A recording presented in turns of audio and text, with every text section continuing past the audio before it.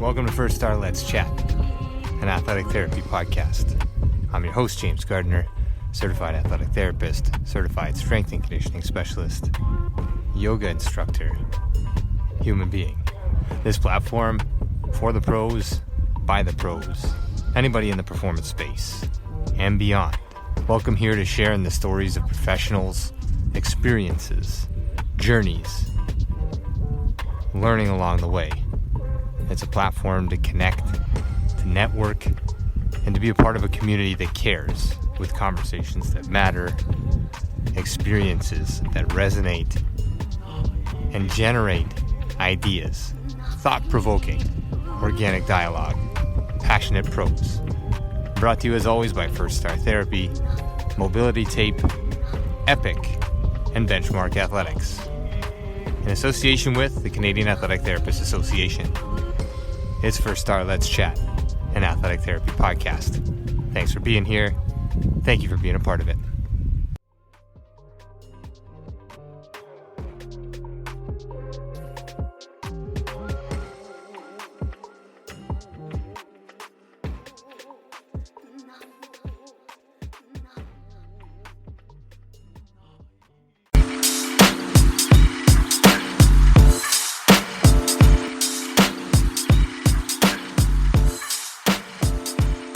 Welcome to First Star Let's Chat, an athletic therapy roundtable brought to you by First Star Therapy.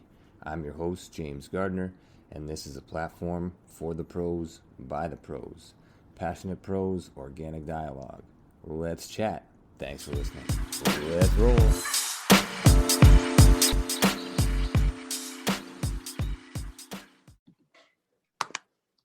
All right, welcome to First Star Let's Chat. Thank you for joining this evening. This is session 46 with Paul Papoutsakis here this evening as our guest. Everybody for joining us live, really appreciate you taking the time and allowing us into your life. And Paul, obviously, thank you so much for your time and sharing your story with us. This is without a doubt going to be a rich conversation and lots of takeaways for everybody. And before we get to that, as always, these sessions are brought to you by First Star Therapy and sponsored by Mobility Tape, the only heat-activated kinesiology tape on the market. And before introducing Paul, I just wanted to jam in a couple notes here. Really proud, humble, and grateful for the money that we raised with our mental health and addiction seminar in sport that we held on October 21st. We raised over $1,350 for the Puck Support Foundation, and wanted to let everybody know that seminar is now available through Puck Support at pucksupport.com for $25. It's the same version that we did live. It's obviously passive, and all proceeds will be going to the Puck Support Foundation with Brady Leovold and everything that he's trying to do with addiction and mental health in sport. So again, that's available on pucksupport.com for $25. And for our purposes this evening and beyond, we are being recorded for all of the things, for the purposes of, having great conversation, things that we can go back and pull pieces out, and saving the world one conversation at a time. So without further ado, let's jump in. Session 46, First Star Let's Chat. Paul Papoutsakis is a certified athletic therapist and member of the College of Kinesiologists of Ontario. He holds a doctorate in acupuncture and is a certified strength and conditioning specialist. He's a member of the DanceUSA Task Force on Dancer Health and has served on both the executive committee of the OATA and as a member of the education committee of the CATA. Paul has been the company therapist for the National Ballet of Canada for the past 18 years and a multidisciplinary practitioner at the Cleveland Clinic Canada, formerly known as a sports medicine specialist, for over 20 years. Paul also runs his own clinical practice, providing treatment and care to everyday athletes, as well as weekend warriors and performers. Paul is inspired by anyone who pushes to be the best version of themselves and is passionate about helping people attain their physical and wellness goals. I couldn't have said it any better. Paul, thank you for taking the time to be here. I'll let you say hello, and then let's get this thing rolling. Hi, James. Thank you. Hello, everyone who has joined us tonight. James, thank you so much for having me on your podcast, and thank you for what you're doing for the profession of athletic therapy for all of us here in Canada. I think it's great seeing how connected we can be across such a huge country, knowing that we're all working at our best to help people and get people feeling better and more functional, which I love being associated with like-minded individuals, and what you're doing I commend you highly. So thank you for having me. I appreciate that, and it goes both ways. You know, everything that you've done in your career. People that don't know Paul, we've met, you know, in passing a couple of times, but nothing long term. But plenty of overlap in terms of students in the program at York University who spent some time with you while I was there. Nothing but positive feedback and mentorship, and your willingness to be modest and humble, but yet share with us your story and your passion and all the things that you've done. You get the great background working with all of the things, all the opportunities that you've had throughout your career. I'm sure we'll jump into. So before we sort of dive in, I always like to start going back, if you can remember that far, back to where it all started for you, where your interest sort of took off or took flight in terms of athletic therapy. Well, it's interesting thinking about it. I have nephews and godkids who are 16, 17, who are entering the college and university application time of their life. And they've asked me in the past month, how did I know what I wanted to do? And that's why sharing it tonight, it's so fresh in my brain. I've also shared it with many patients. When I left high school, applying to UBC, I entered it thinking of medicine. In fact, specifically dentistry. And when I applied, I got accepted to the human kinetics school. I actually was upset. I thought I had applied to science. So I called and said, what can I do? And they said, well, there's an exercise science avenue. There's a stream you could take through our school. So I loaded up my first year with all 5 of those sciences, and I did my phys ed courses. And in one of those courses, we had it was the course that taught you how to swim, how to run. I think it was tailored toward the teaching side of it, of phys ed. And we had a TA, and he was in his late 40s. And I'll never forget this. It was like yesterday. I saw him and I spoke to him. And I said, why are you a TA at this age? You came back to school to do your master's? He said, well, to be honest with you, I'm not happy with my job, my career I chose. I did it because my parents pushed me. And I said, oh, what are you doing? He said, I'm a dentist. I said, oh, interesting. And what took you to come back to human kinetics? He said, well, I'm not healthy. I've loved this. This is what I want to do. This is my passion. And you as an athlete here at the university, you should take advantage of getting and following your passion. And I thought, you know what, this is great. Okay, well, I'm in exercise science. Let me see where it takes me. Well, a year later, I'm playing rugby for the school, and I get injured and I get my ankle taped. And it blew me away how cool it was getting your ankle taped. I thought it was the best thing ever. Yeah. I asked the 3rd-year student at that time, I was in 2nd year, and she ended up being a physio who I actually worked with for a year in Toronto. So it's such a small world. And she told me about the program. So I changed everything. And I said, I'm going to follow exercise science. I'm going to learn everything I can about athletic injuries and how to treat them, because there was that stream in the School of Human Kinetics. And as I kept studying and going along, our therapist at UBC, I'll never forget, Ted Lorenz, his title was Director of Athletic Training Services. And I said to him, Ted, I want to do what you do. Mm-hmm. And he said, Paul, go to Sheridan College in Oakville. That's where I went. And he said, but don't do what I did. I got a job at UBC and I came here and I've been working here since. And I said, well, what didn't you do that you're telling, or what did you do that you're telling me not to do?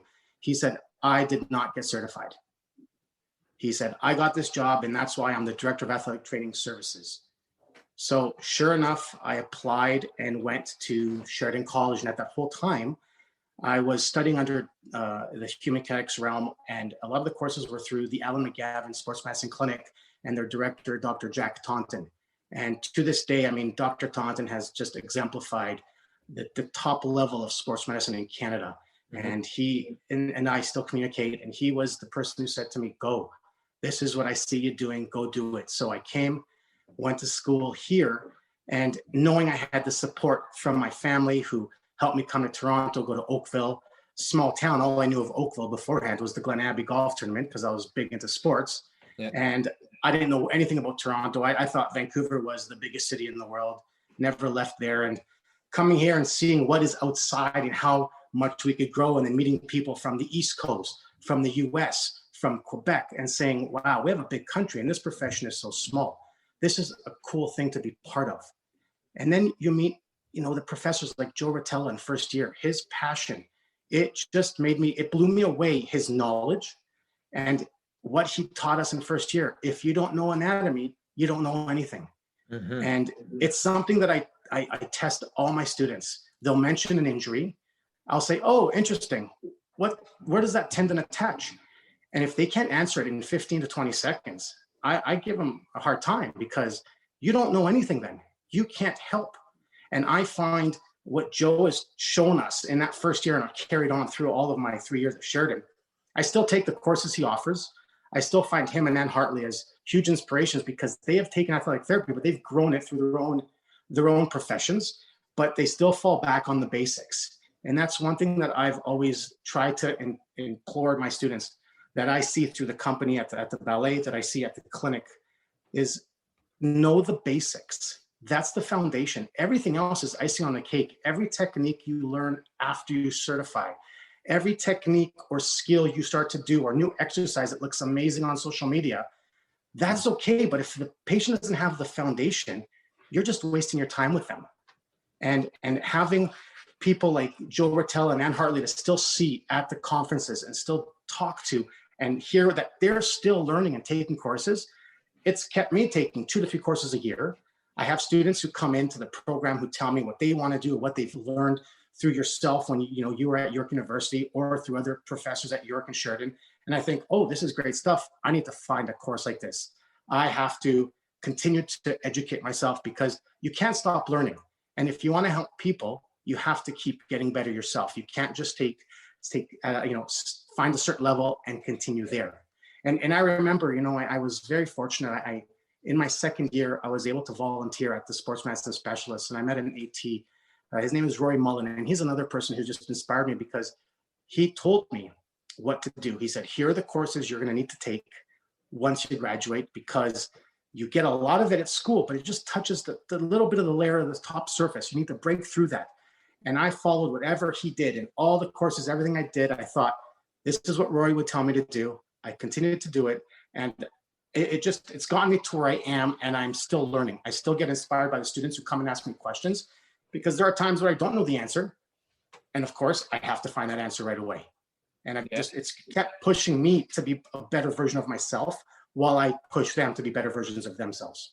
Absolutely. And so many rich and valuable points and takeaways just in the brief sort of intro into your journey. And I think the one thing that jumps out, besides like taping being really cool, is that sort of understanding of what else is out there, right? And sort of utilizing those foundations, but taking those foundations onto yourself. Once you're solid in those, you can create your own path from within the profession, right? And there's lots of different ways to, I don't want to say skin the cat, because that's inhumane, but there's lots of different ways to tape the ankle, so to speak. And you touched on a few of them. And over the past few weeks, a sort of a regular theme has been, in schools, there's 3 types of jobs that we can have as athletic therapists. That's taking your professor's job, working in pro sports, or opening your own clinic. I feel like you've done all of those in some capacity, in some form, but there's absolutely nothing wrong with those 3 paths. And I think, like, in listening to a few of those podcasts myself after the fact, I just want to reiterate that those are great paths. Not to say that but there is also plenty of space between those 3. That's kind of the take home for me, and talking to a lot of people. You also bring up the social media piece, and contextualizing things, like providing depth to what you're doing, as opposed to making it sexy on Instagram or on social media, because it's the thing. I don't know how many outdoor workouts I walked past this weekend, and how many people I saw instructing the exact same thing at different points in time, the 90-90, and like walking with a kettlebell over your head. And I'm like, geez, man, there are some people who shouldn't be walking outside, let alone with a kettlebell over their head. So, but anyway, hey, critics are everywhere. Anyway, some great points, but I think like the context piece is massive, right? And you've generated so much context through your career. You've had the opportunities that you've had because you placed yourself in those spaces, right? You connected with the right people. You were valued and showed your value. You mentioned Ted and as a mentor, and Joe Rotella. How weird is it to kind of like come full circle and now have your mentors as like colleagues that rely on you and talk back and forth? It's become normalized, I guess, at this point, but like, was there a strange point in time where those kind of passed by each other? Yes, because when I took a course alongside Gus, where Joe Rotella, Gus, another great friend, who I'm in a course with him, Yeah. Under Joe Rotella, and they're talking professional, we're talking profession, but then I listen to every word they say because I'm learning from them. Yeah. Then we're going out for a beer after, and it's like, but these are my friends, but I still hold them up at this pedestal because to me, that's what I strive to be at. And so just being with them and being friends is like, I won the championship, which is unbelievable. It's an unbelievable feeling. Absolutely. And this is the feeling that all of your students have, that I've come in contact with, is they walk away from a day with you and they just want to go back for more. Like, how do I do more? How do I do more? How do I do more? You challenge in ways that are, personable, and career driven and goal oriented. And these are things I think that we all need to be challenged with as we're coming through as students. Working with students, like what are some of the takeaways that you practice on a regular basis from working with students? Like, there's a huge advantage to having students by your side all the time. You mentioned, they challenge you to learn and stay on top of things, but has there been some other things that you've, like, over the course of your time said, like, wow, I wouldn't be here without those students? You know what it is with the students, I feel that I owe to the programs to give back because I feel what they've given me. Yes, you're right. Did I make the time to volunteer 40 hours a week during my summer break at a clinic? Yes. But knowing that I wanted to achieve a certain goal, I had no problem giving up that time away from my family, away from making money. So when I got the job at the ballet, the first thing, I think within 2 years, I set up this scholarship with Sheridan College. So, I'm going to offer a clinical placement because I want them to have a chance to work with professional dancers, these artists that will teach them so much. Yep. And it started from there. Then it became a placement through York University, which has now become a full year with York, a full year with Sheridan. So I have 2 students every year. And when they come, one thing I remember as a student, I did not want to just do an ultrasound for someone, because that's what I did. You watched. You could never get your hands on people. So when I take someone along, I say to them, are you ready to have your own patient load? Because I need you to put your hands on people. Mm-hmm. I need you to apply what you've learned, then make mistakes and ask me questions, and I will then ask you questions. Because this is my thing. I didn't care what anyone told me or what I read in books or what I heard. If I didn't apply it and feel it in my hands, it didn't make sense to me. So I don't want to tell a student, do this and this with the foot. Yeah. And then they forget what it's like. Put your hand here. What do you feel? So I think that if I can give the student the independence to grow, I'm there just to help them. What you did there, I would try this next time. So I like that part of it, but I also like to hear them tell me, I'll say, what did you learn today in school? Oh, I learned about the L-spine mobs. Great. You know what? Talk to me about them. Because there's something we don't always remember in a course. For me, you take a course, if you can take 1 or 2 things away from the course and apply it and it works on the Monday, that's a great win. But there are 10 other things you missed. So I would love to say, oh yeah, I forgot about that thing. That's a great, I'm going to use that next time. So it's always like I'm coming back to the foundation, those basics that we forget sometimes, and we forget that we need to reassess to see what we're doing. So one thing that makes someone feel better, but we also want to make sure we can show them and quantify why they feel better or why they don't, and give them little goals. Because it's you have this end result. You want someone to be pain-free or to be stronger or whatever the end result is, or like our tagline, whatever their finish line is. Mm-hmm. But you're going to get there in slow increments, and everyone's different. So it's nice to bring someone back to the basics. Because when I get someone coming in who says, I learned the soft tissue release and I'm going to do that on everyone, great. How does the range of motion compare now? Oh, I didn't check the first time. How does it compare to the other limb? I didn't check. Let's step it back. Let's not get too overzealous, and let's bring it back up. So I find that I get to teach them, so I remind myself, but also they also slow me down, and I get to reevaluate in my head the way I approach every patient that comes in front of me. That's awesome. And that the empowerment piece is so crucial. And I look back at sort of, some of the placements I had and the way that I was challenged, and everybody does it a little bit differently, and I think there's tons of value. And typically the people who take on the placement opportunities as those that are housing them, to have students alongside them, are doing it from the right place. You know what I mean? Trying to provide something for the profession, to generate more from the profession and within. And that feedback loop is also crucial, right? Like connecting the dots between the classroom learning and then the real life of, you want to get to here, there's a lot of steps in between, but we can show you where you're at, where you need to get to, and sort of start to fill in that middle ground, right? As students go along and as practitioners come along. And I don't know, you have 2 students a year, and with the ballet, that's a whole different ball game, and not even a ball game, but like what a unique sport and a unique set of professionals in the dance world, you know, and understanding ballet speak, learning the language, and learning your clientele, or, you know, the differences between your clients within the ballet. Maybe we can dive into that a little bit. I know very little about dance. I know a few practitioners who work in dance and with ballet. What are sort of the finer, what is the word I'm looking for? What are some of the things that distinguish ballet athletes from maybe other athletes or the general public, however you want to sort of field that one? Okay, that's easy because I have answered this quite a few times. So a dance athlete, a performing artist, still has to be mobile, still has to be strong, explosive. You got to have a mental strength to remember choreography. And then you have to do everything to the beat of a song.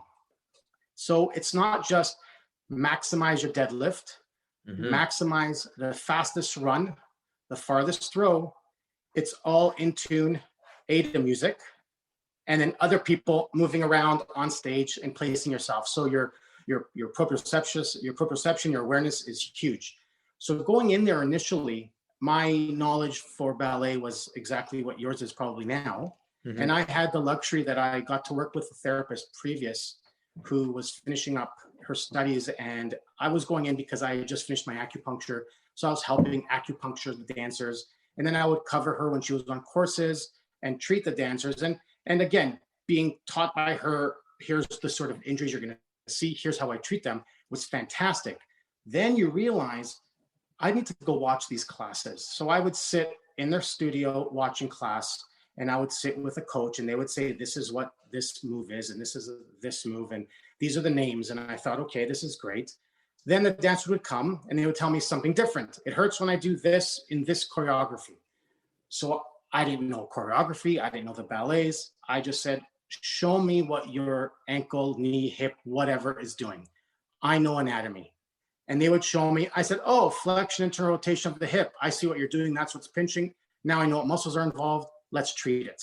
Because I'm not trying to make you, I'm not going to work on your ballet technique. I'm going to work on your anatomy, your mechanics, so that you can go downstairs, work with your coach, and they'll work on your technique. But I've provided a stronger foundation, or a more mobile foundation, to work with. So it's taken me a long time. I do know the speak, but I still care when I say, show me what you're doing and show me the choreography, because we have to break it down from the very beginning. We work from the one joint, then we say, okay, now how do we put that together with the rest of your body? Or what is the rest of your body doing? Because originally it was all about the ankle or the knee. Now you start to watch dance and you realize their whole body moves. It's not just an explosive hip hinge or a triple extension. What is that arm doing? What is that long neck doing? Holding their stomach in because they can't breathe through their diaphragm because of a certain posture. It's incredible to work with them, and you train them the way you were taught, but then you see how different it is when they actually perform. And it just marvels me at how strong they are pound for pound compared to all other athletes I've worked with. Yeah, amazing shares. And I think that's a crucial point for all of us, right? Like we all kind of go back, and you talked about it earlier already. It's like those foundational pieces that we learn, and we always come back to how we're taught and what we're taught and techniques and skills. And we want to apply these things out of a good place, right? Like we want to do the STR or the ART or the acupuncture or the whatever, and throw it all on everybody because it's going to make everybody better. But I think that understanding of the athlete in front of you, right, of the movement they need, of the way they need to access, the way they need to feel, understanding their schedule, the rigidity of the movement or the breathing or the lack of breathing in certain postures in ballet and dance and some of these things. I think that's massive. And you spent over 18 years, right, in the National Ballet of Canada, and essentially you are the stable base from which this program is built. So you've seen a ton of athletes come, go, somewhere in between, and you are the stability, at least part of the stability within that program. How has it shaped? How has it shaped and changed over the course of your career? You know, the athletes coming in. Has programming changed in terms of how they do their strength work or their rehab? I mean, you've changed, obviously. You know, you continue to be a lifelong learner, and I think that is the most admirable trait. You know, with the humility that you express and embody. How's it shaped? How's it changed over the course of 18 years within the ballet? I can tell you a funny story. I have three different dancers that I can say this about because Sure. they all touched on three different things that have happened that made me go, wow, look where we've come from. So earlier on, maybe in my first year, my very first acute ankle sprain, because you typically treat chronic issues. So my very first acute ankle sprain came in at the end of the day, walking, full range of motion, full strength. Like all dancers, they just blow you away that they have these symptoms, but they can't dance. So I say, okay, go grab a bag of ice. The machine's right behind me, and ice tonight, and here are the parameters. And they just looked at me, why would I ice? And I explained to them the principles. Oh, okay, so you ice when you get injured? And I'm thinking, well, this is your fourth year in the company. Yeah, you ice. Oh, I never knew that. So that was one person. So now we've got cold tubs. We have them ice, you know, whether it's their lower body, their lower legs, or they get fully submerged every day at the end of the day in ice or cold water. We also have an infrared sauna. So that has grown since my first days. Mm-hmm. Another case I mentioned to a dancer about TheraBand, and they looked at me like I mentioned a word from a different language.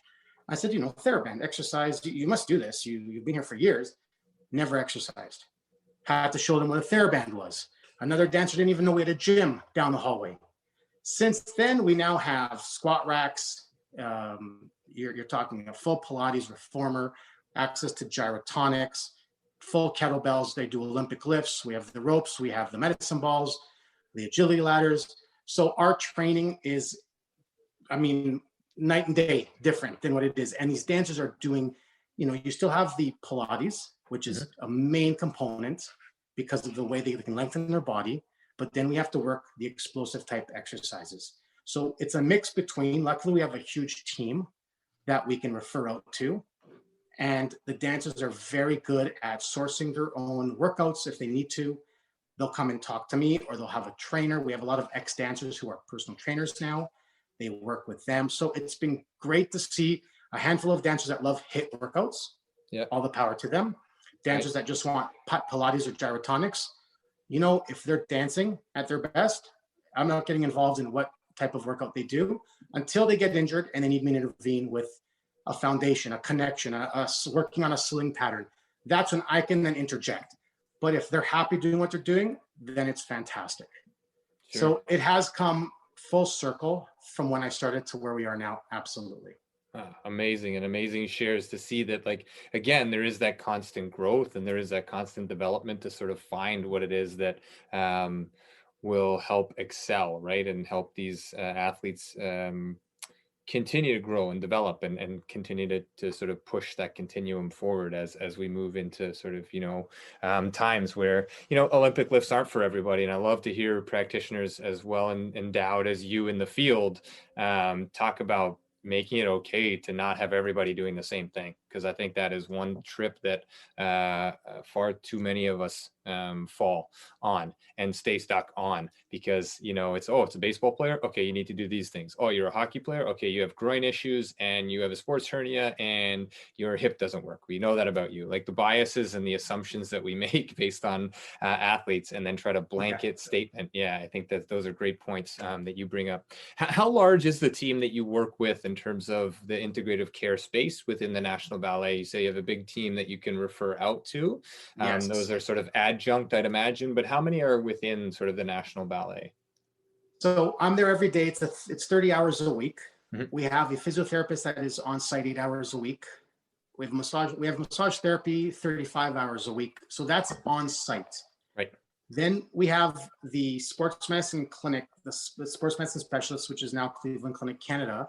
They are our medical directors. So we have our sports medicine physicians and orthopedic surgeons we refer to when necessary. Right. We have a chiropractor through the clinic that we will use when dancers need something like that. A lot of dancers will come in, and if they've had experience working with chiropractors, they ask me, we have our go-to. We have osteopaths who we've worked with. The previous physio is now an osteopath. So we still have a connection to get that extra treatment as well. Yep. And when it comes to personal trainers, like I said, we have three off the top of my head, three dancers that are three ex-dancers who are now personal trainers. One runs a Pilates studio. One has gyrotonics that they go to and use. So it's great because they depending on their schedule, they may have an hour in the day that they want to go and spend an hour doing something under the supervision of a Pilates instructor, gyrotonics instructor. Fantastic. They do that, working together with Paul. This is my injury. Can you call James? I'm going to see him later. Mm-hmm. Can you explain what it is and what you want me to do? Because I forgot what you told me. So it's nice having that open line of communications, as well as naturopaths and you name it, nutritionists and other sort of medical professionals that we use. Because it's like you said, I'm that one person that they're in contact with every day that I have to figure out, where do we go to? So You've come to me with something that's not my thing, but I'm going to find someone who will help you. Sure. And so you're quarterbacking that as much as you can. No, that's great. And it really paints a picture of sort of, for me, it solidifies one area that I think we can, as athletic therapists, certainly pump ourselves up a little bit about. And that's sort of featuring as, like you said, quarterback, like a liaison for athletes, as that center pin, where there is no territorial understanding of what an athlete is. It's more about what they need, and like no problem referring to an RMT or to a PT or a chiro or an osteo. I think limiting that amount of territorial consideration, I think, is something that we do so well as a profession, and sitting in that center and being the spoke, or having the spokes available and accessible, goes such a long way in an integrative space that athletes need, right? Like you can't fix everybody, and you don't have time to fix everybody, even if, I'm sure, I shouldn't say you can't. You can fix everybody, but I'm sure you don't have the time if you needed to, right? And so I think that's amazing. And so working with SMS or the Cleveland Clinic Canada, how has that navigated? That was a natural migration for you in terms of, you do both, right? You're there as well as the National Ballet. How did that sort of merger happen? And so the physio prior to me at the National Ballet of Canada worked through the clinic. I joined there, started my full-time right upon, actually before graduation. I was able to, when I went to school, I already had an undergrad degree from UBC. So once I obtained my hours, I wrote my exam at the end of my second year and got certified in the middle of my third year at Sheridan. So I was working beforehand, before I graduated SMS, which was fantastic. Right. They were the medical team of the ballet. So as I started to study acupuncture, and she had me cover her, it started with a 16-hour-a-week contract, and she had me cover her when she left. And the doctor said, this is perfect. Let's put Paul in that place. And that's grown to a 30-hour-a-week. So the more time I increased at the ballet, I took away from the clinic. So I still maintain 10 hours a week at the clinic. And it's fantastic because, A, it's multidisciplinary. You have sports medicine physicians, orthopedic surgeons, and physios, as well as RMTs and trainers. But what I do at the clinic that is very separate, other than treats, I do isokinetic testing. Yeah. And I do custom knee brace fitting. So I did that when I first started. Actually, when I was still at Sheridan, I was doing biodex testing already. Yeah. And I touched on custom bracing right in my first year of working there. And it's a very small niche. And once you've learned that skill, it's very hard to do it once a month. You need to get your hands on those computers or on those measurement devices, or else you can make a mistake and it could be quite costly. So I still do all of that at the clinic, which is fantastic. I'm keeping up to date with that. And I'm still treating, but predominantly it's, how do I bring my dancers up? I use the biodex after post-op procedures or PRP procedures for eccentric loading on the isokinetic machine. I do the custom bracing. So I have had dancers who've had ACL tears, gone through the whole process with them. So it's a great connection. It's great to also work in that setting. I like to see that different setting, work with PTs, talk to other therapists who are we're all working for the same reason, to help people get better. Yep. And it's also not just me, because you have to be humble to say, I don't know everything. And I like to learn and say, well, that's a very cool technique. What is that thing? Where did you learn it? And then you start to ask those questions to learn and realize, you know what, I'm going to refer to you. That's your cup of tea, not mine. And it grows my team that I can refer out to, which is going to benefit the dancer, the patient in front of me. Yeah, no, absolutely. And so Biodex testing, pre and post operatively is massive. We use it on a regular basis at York University. We were lucky enough to have that there. And I always talk about with students and practitioners, and almost to reiterate it to myself, is making sure that we have a baseline, then we use the intervention, and then we have the retest, right? It's that sandwich that we need to have to sort of not justify, but ultimately distinguish how far we've come from pre-surgery or day 1 out of surgery to day 30, whatever it might be. And I think that Biodex testing and understanding that, as well as like understanding how to brace and how to custom brace and what the differences are between the braces, like all of these are skills within the realm of AT that we touch on in school, and you can highlight as part of your repertoire of things that we can do, right? Like as soon as you're an AT, there is a ton of bracing companies that I've had conversations with, and I've never worked in the bracing industry, but I've talked to a lot of bracing companies about like, hey, would you consider coming over here and doing some work with us? And like, I think that's an amazing avenue, right? And just another way that AT can be housed within different spaces and for different different reasons, and working amongst different populations, because there are so many people that are going to need bracing over time, obviously, as we know. Let's shift gears a little bit, if you don't mind. Like COVID is obviously a real thing, although it did not feel like a real thing today in our neighborhood walking around. No. Oh my No gosh. way. It's like a nice day outside and COVID no longer exists. There's some change. Exactly. Anyway, it was kind of bizarre. And I was like, oh, am I the only one that's crossing the street still here? I don't know if I should be. Anyway, but it's changed a lot of things, obviously, a pandemic and the sporting world and the professional, overlay of what things look like. How has it impacted the National Ballet and what you guys are doing in performances? Training, testing? What does it look like in your space? Well, as of Friday, the season until June 2021 has been canceled. So there'll be no live performances. Fingers crossed, the new year, things happen and we can get back on stage. So now that we've come back, we're working on digital online content. But how did it change? Well, right away, the company was very proactive. They had pieces of marley, which is the floor that a dancer performs on or rehearses on.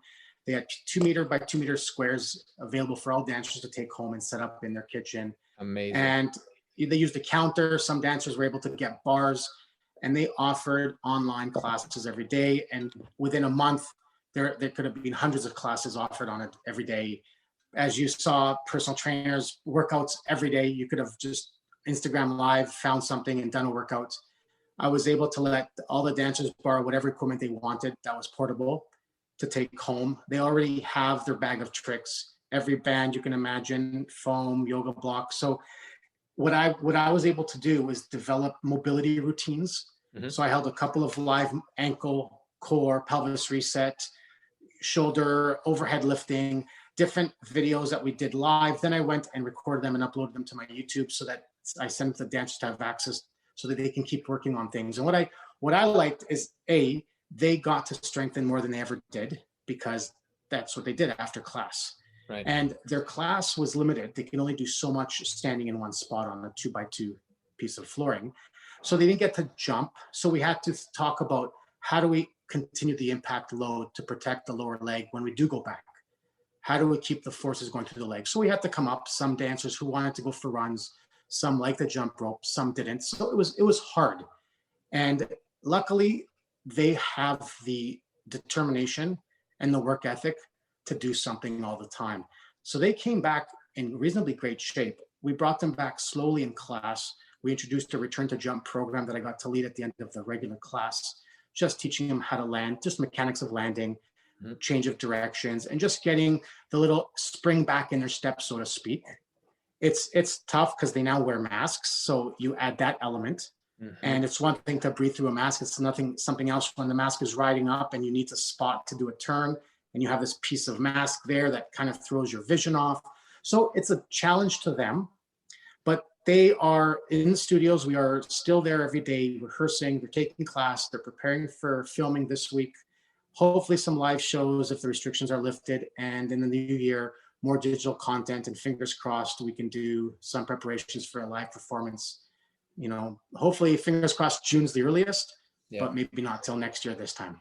Yeah, I mean, we can only hope for some of that to return. It's a major outlet for people, not only the dancers and you and the performance team behind the scenes, but for the people watching it, right? Like that entertainment component and giving the people, providing people those outlets, I think is massive. And I'm right there with you. I'll keep my fingers crossed for you. And we can only hope at this point, but we just keep doing what we're doing. And I'm sure you guys are doing an amazing job making those adjustments with the masks is it's not spoken about enough. It's difficult. It is very difficult to train in a manner of I don't want to say, well, I mean, it's just different. It is what it is, but we have to sort of adapt and really figure out what that means. And I've had lots of conversations about what is it going to do for kids that are wearing masks all day, and what is it training going to do, and all these things. And so lots of things. But again, another great point that you bring up with that is treating this almost like a detraining period as they come back in. You're re-educating on some things. You're not just,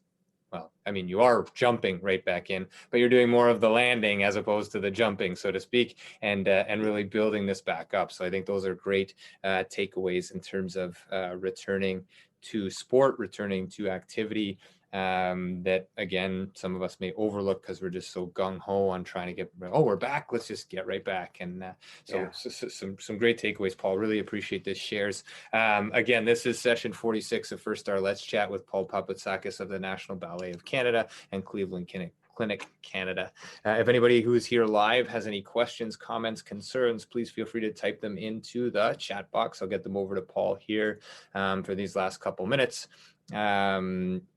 If not, we'll just keep rolling, but please, over these next couple minutes, type them in and I will get over there. Have you been able to take up anything, Paul, in the COVID period that you didn't do before? I know some people took up like playing an instrument or learning a language. You probably took 19 extra courses. I don't know.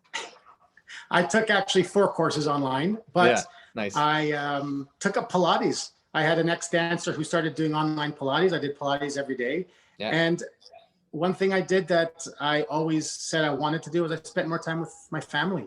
Amazing. Because of the hours we keep working at night, seeing patients at home, you think your kids are getting older. One day they're not going to need you, and going for walks every day and just slowing down your pace of life. I still woke up at 5 every day. It's just, it's part of me. It's my habit.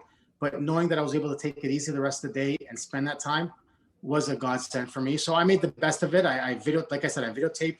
I learned a lot because I started to apply more of it. And I got a feedback from dancers who said to me, now I'm finally doing what you've always told me. And wow, it actually helps. Yeah. And I thought, okay, so I'm fighting the good fight. I'm not going to stop.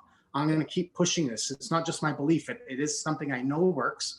It's practical, and let's keep doing it. And now it's taken off because they're coming back and saying, okay, we're not as busy. Let's keep working together in person.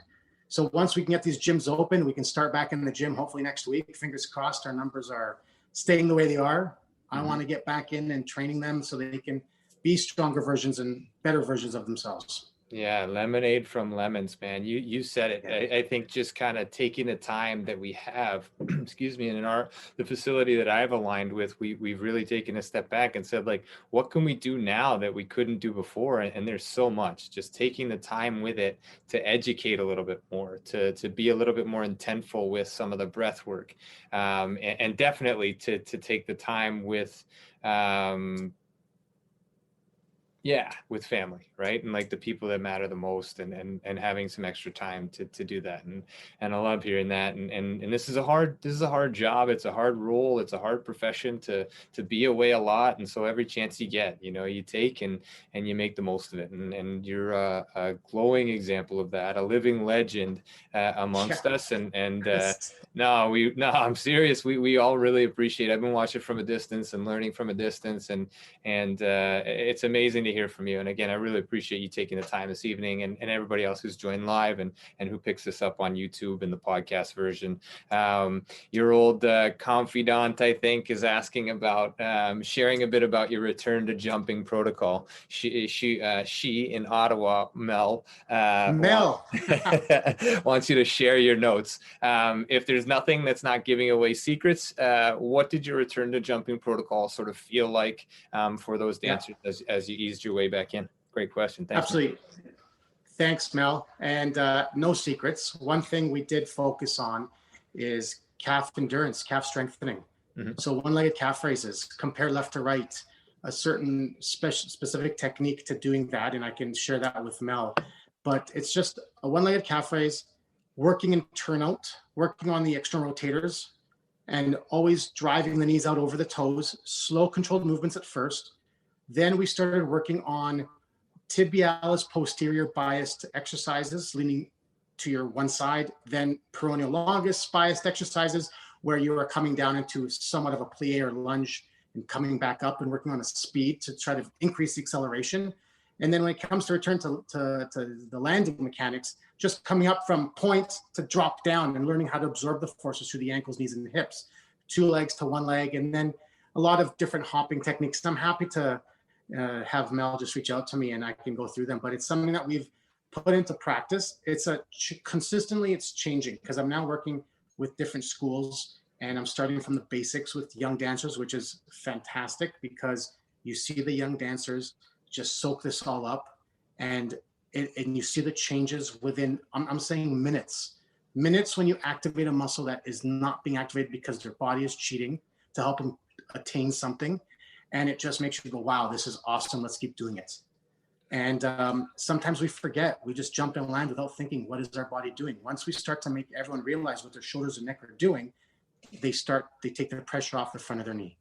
And that will reduce the chance of injury. So amazing. And you talk about the amateur athlete, and we just did this, I've just sort of taken to the amateur space again and working some like just oppositional limb mechanics for running. And we do like not even running, we just do crawling and like half kneel and like pump the arm, lift the leg, pump the arm, drag the leg through, and some really, really cool stuff with like 9, 10, 11, 12-year-olds, sometimes even like 14, 15-year-olds, where walking in the door, you wouldn't think they'd be able to bend over and tie their shoes. And then walking out the door, they are like living it, they're loving it, they're marching out the door, practicing what you've worked on. And it's just like this, it's this amazing thing. And keeping it simple, I think, is an amazing tool for all of us, right? Like we can always come back to the basics and then coach it up from there. And I love that. The amateur space is critical, I think. So you spend a lot of time in the pro space, you still work with everyday athletes and industrial athletes.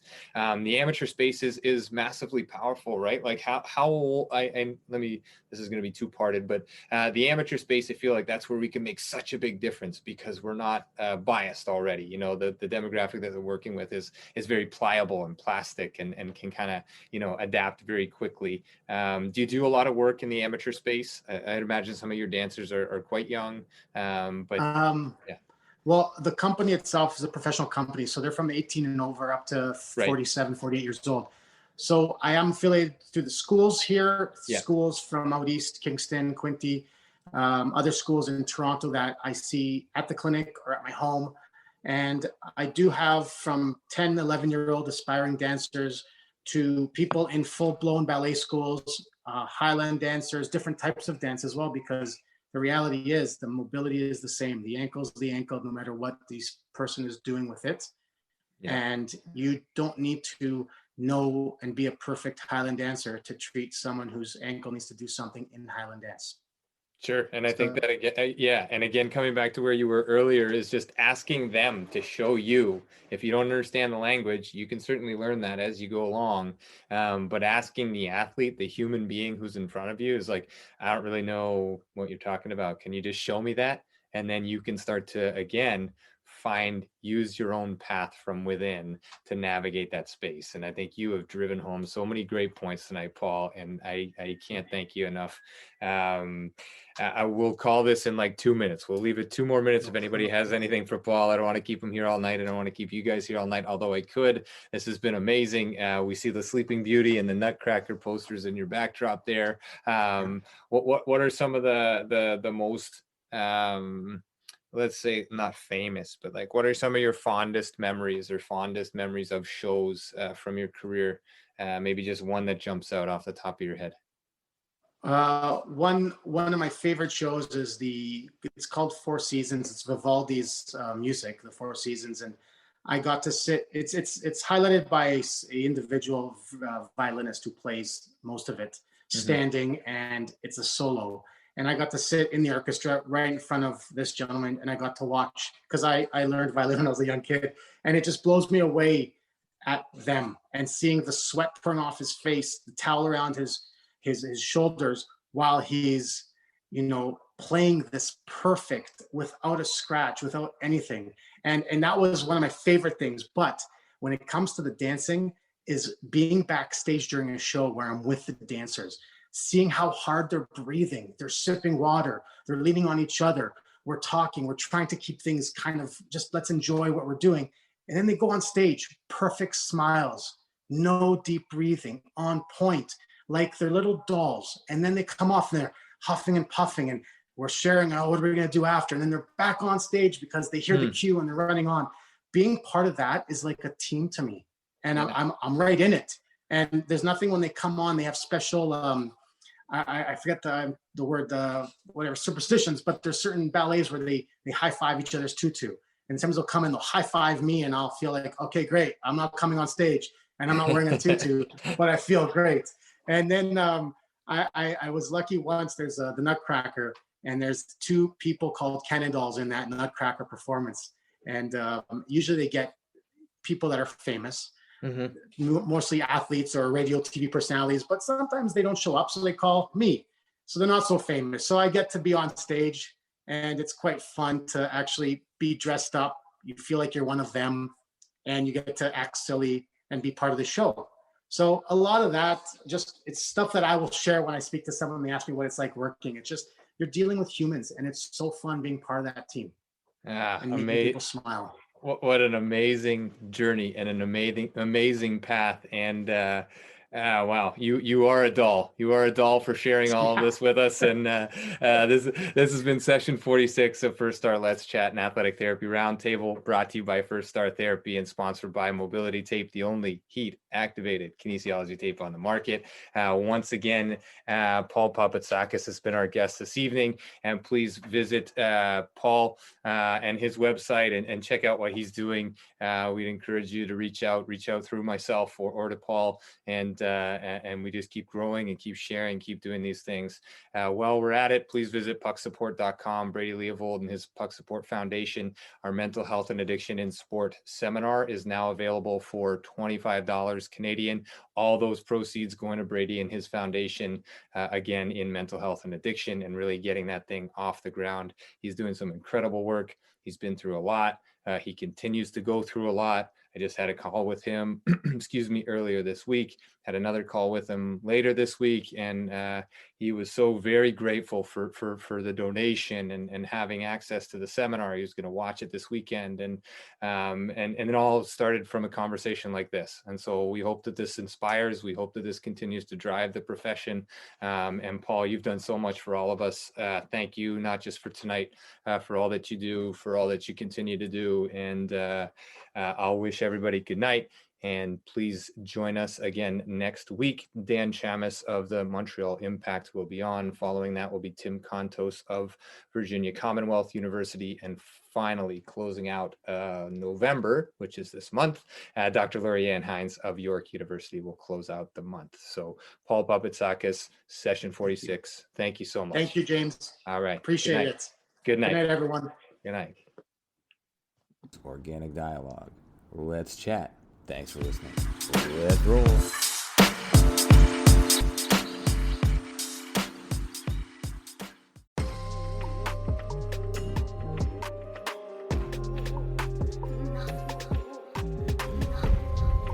Thanks again for being here.